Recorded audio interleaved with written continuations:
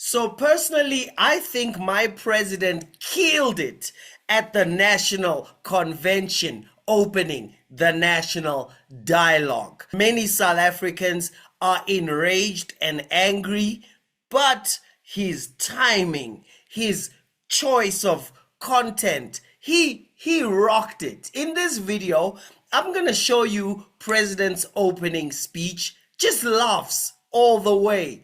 Likable man, lovable man.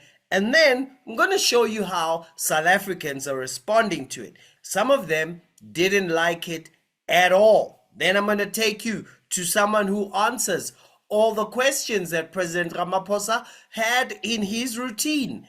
And then when we get to our biblical reaction, you'll understand what's going on with all of South Africans' problems. And we have put our faith flag in the ground that South Africa will prosper. You ready? Okay, press like. Let's start here. The routine.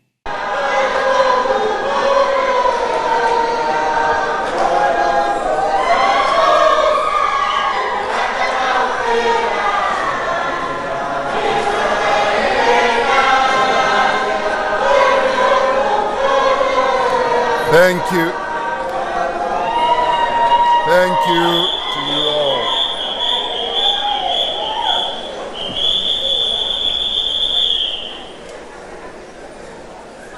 Thank you to...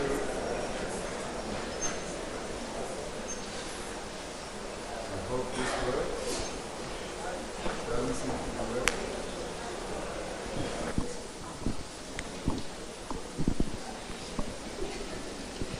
It's not working. Does it have? Sabotage. There. Not today.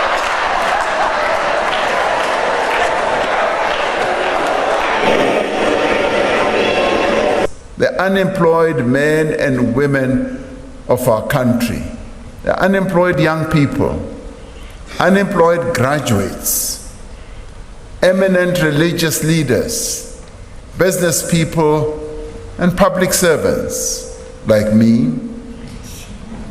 There are also young people and older people like me, men and women. Now I will tell you a story which I hope will not embarrass one of those who told me the other time, and is the leader of the Pan-Africanist Congress. He's here.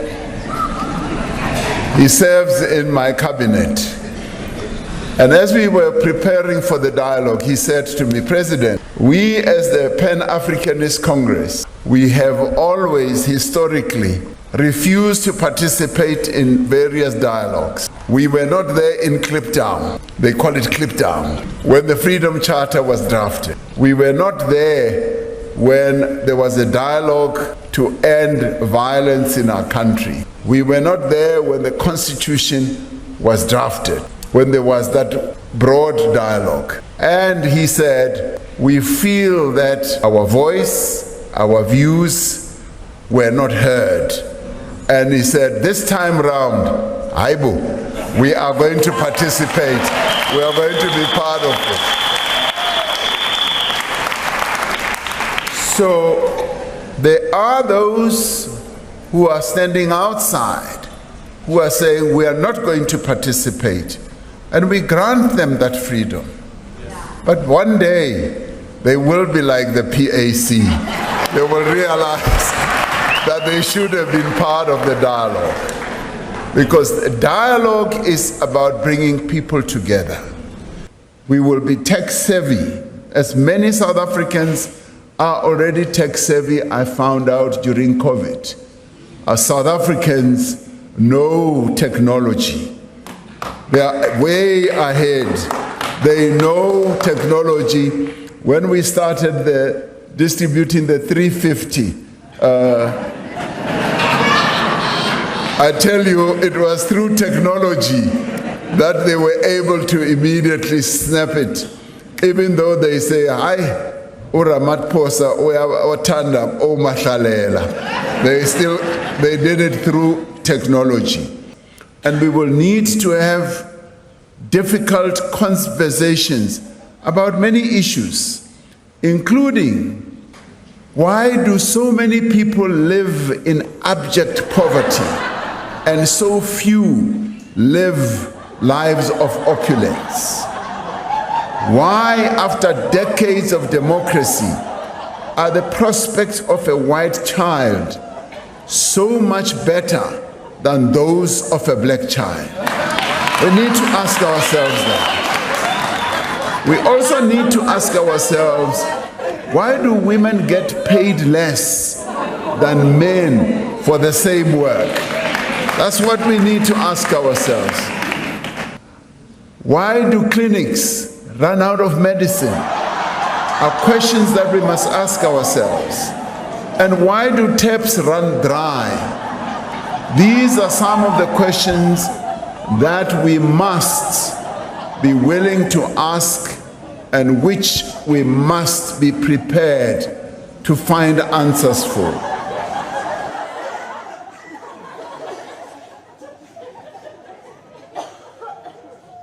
Right? Right? He was cooking, right? Like, why is the sewage in the street? We need to ask ourselves. We need to ask ourselves, why is there load shedding up till today? Why? We need to ask ourselves. But not everybody found it funny. Check this out. Let me categorically state that I personally disown President Ramaphosa as my president. That man is evil and wicked. I want to tell you that President Ramaphosa is an evil and a wicked man.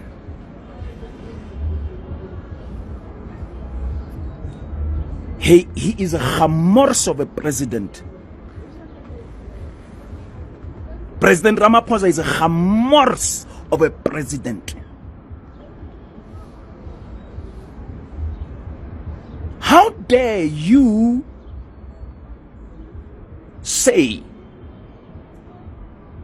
why after decades of a democracy many people live in abject poverty, and he's talking 30 years, and few people live in opulence, something words to that effect? How dare you say that, Mr. President? And when you look at those few people, it is you, the politically elite, you ANC comrades, and you, the politically elite, through corruption. And you've got a nerve to go and say that nonsense, Lape Unisa, as part of a reference for things that must be discussed.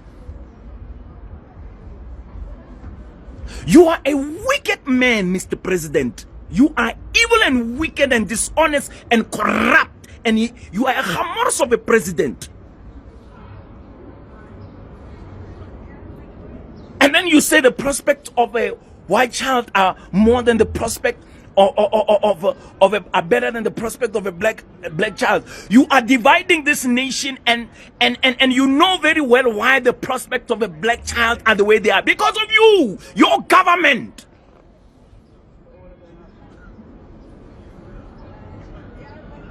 Because of your government, Mr. President. 30 years of your government. Don't divide this nation further. Yep, exactly. Someone who answers the questions. Check this out. I just watched this video from the president of South Africa, and I don't really know why everyone calls him Cupcake, but I just feel like calling him Cupcake now. Why? Why do we call him Cupcake? Anyway, maybe it's because he's as dumb as a cupcake, or because there is no brain capacity in that brain of his. I don't understand, but I watched the speech, and I swear to God, it just, what? Like what? Honestly, is this what you guys have been dealing with for however long he's been the president? We're just gonna ask a shit ton of questions, not give you any answers, but at least we look relatable, right? We also need to ask ourselves, why do so many people live in abject poverty and so few live lives of opulence? No, maybe that's the biggest thing that's wrong with this country is that we ask questions. Where are the answers? I see a lot of people just want to ask, but the people that have the answers don't want to answer them. So instead of asking that, why don't you answer that, Cupcake? Because your net worth is 450 million. So you would be one of the few that live in opulence. So can you answer that question? Why? Why are so many people living in poverty while a few like you, live in opulence? Okay. Why, after decades of democracy, are the prospects of a white child so much better than those of a black child? We need to ask ourselves that. Isn't that weird? Wait, don't you have children? So are you saying that my child has more prospects than your children? Because I'm pretty sure because of your opulence, that is why your children have more prospects. It's got nothing to do with skin color. It's because of that question you asked first. That's the reason that some white children and some black children have more prospects. It's called money. We also need to ask ourselves, why do women get paid less than men for the same work? That's what we need to ask ourselves. So I'm hoping that if I ever come and take your job, that I'll get paid exactly the same as you. So as a man, could you explain to me why women get paid less for the same job? Because, I mean, you're the one in control. So you can answer this question. And you're a man. So can you answer the damn question you just asked? Why do clinics run out of medicine? Are questions that we must ask ourselves. But why do we need to ask these questions? No, you answer these questions. Why are clinics running out of supplies? That's your job. You answer that question, sir. And why do taps run dry? These are some of the questions that we must be willing to ask and which we must be prepared to find answers for. Like, this is a joke, right? You are responsible for the taps running dry.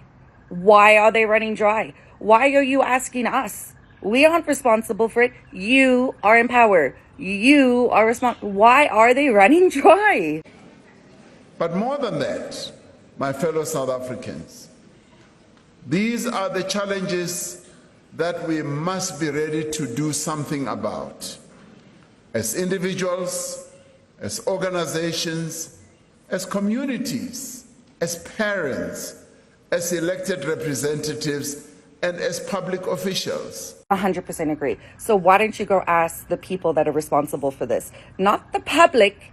This is not a good speech. This is a shit speech because you're trying to seem like you give a crap. But you are responsible to answer these questions to the public. So you go ask all your team who are in charge of this shit. Go ask those questions, those so hard questions to the people that are responsible for those answers. Okay, cool. And then next time you give a speech, why don't you give us the bloody answers? That would be your job. Okay, have a great day.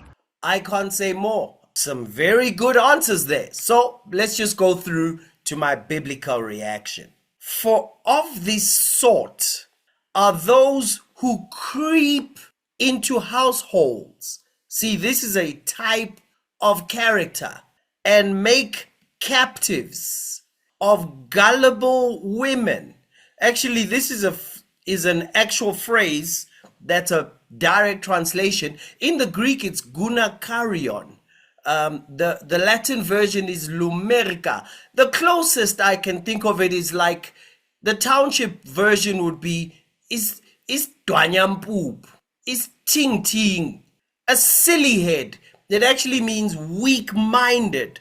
They take captives of the weak-minded, loaded down with many sins, led away by various lusts. Weak-minded, who you can promise land to, who you can just promise ridiculous things and it will not cross their mind to ask for the specifics. Like, okay, so you're going to take the land and then give it to me. How exactly? How will it get to my address? Exactly. Give me the exact weak-minded. They just follow the lust. A lust is you just promise someone something that they may never get, but they'll just start following you. Kuna carrions, led away by various lusts. And look at this. Always learning and never able to come to the knowledge of the truth. Always learning and never able. They aren't able, these people. Not everyone will listen to my channel, for instance. Why? Because there's information. Many people come, and as soon as they find that we actually talk a little bit to your head, they're gone. Because why? They're running to the next channel that's talking emotions. Like emotional statements like Africa will unite and it's like, what does that actually really mean? Right? No, but it's not talking to your head, it's talking to your emotions. It's talking to anger, it's talking to greed, it's talking to envy, it's just talking to resentment.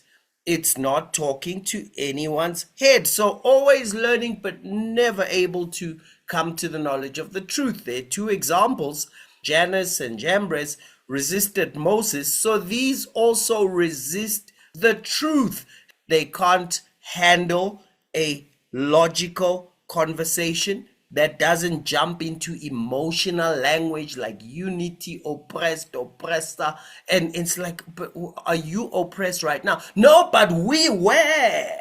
They resist facts, they resist logic, they resist truth. Men of corrupt minds, but they will progress no further, for their folly will be manifest to all, as theirs also.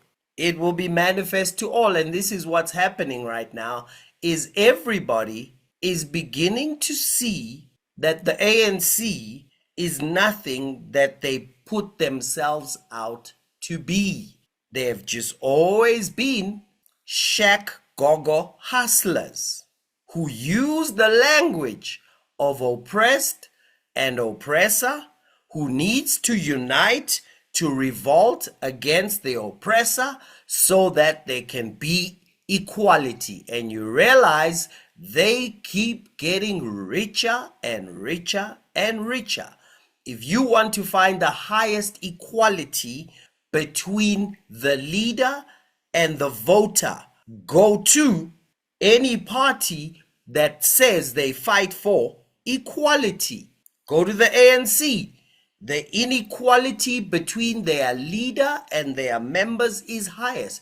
Move over to the parties that are not pushing oppressed, oppressor Marxism.